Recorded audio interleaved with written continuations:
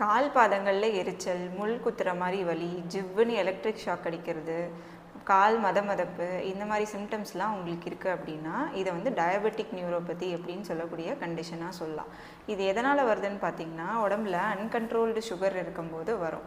அதாவது நம்ம உடம்புல சுகர் கண்ட்ரோலே இல்லாமல் இருக்கும்போது என்ன ஆகும்னா, நம்ம கால் பாதங்களில் இருக்கிற நரம்பு முடிச்சுகளில் வந்துட்டு இந்த சுகர் போய் சேர ஆரம்பிக்கும். அதனால தான் இந்த மாதிரி சிம்டம்ஸ் எல்லாம் வந்து வர ஆரம்பிக்குது.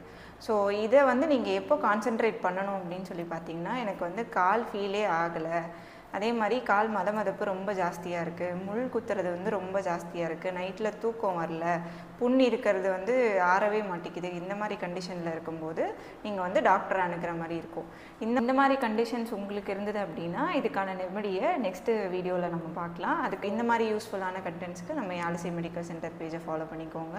அப்பாயின்மெண்ட்ஸ்க்கு கீழே தெரிகிற நம்பரில் உங்கள் காலை ஃபிக்ஸ் பண்ணி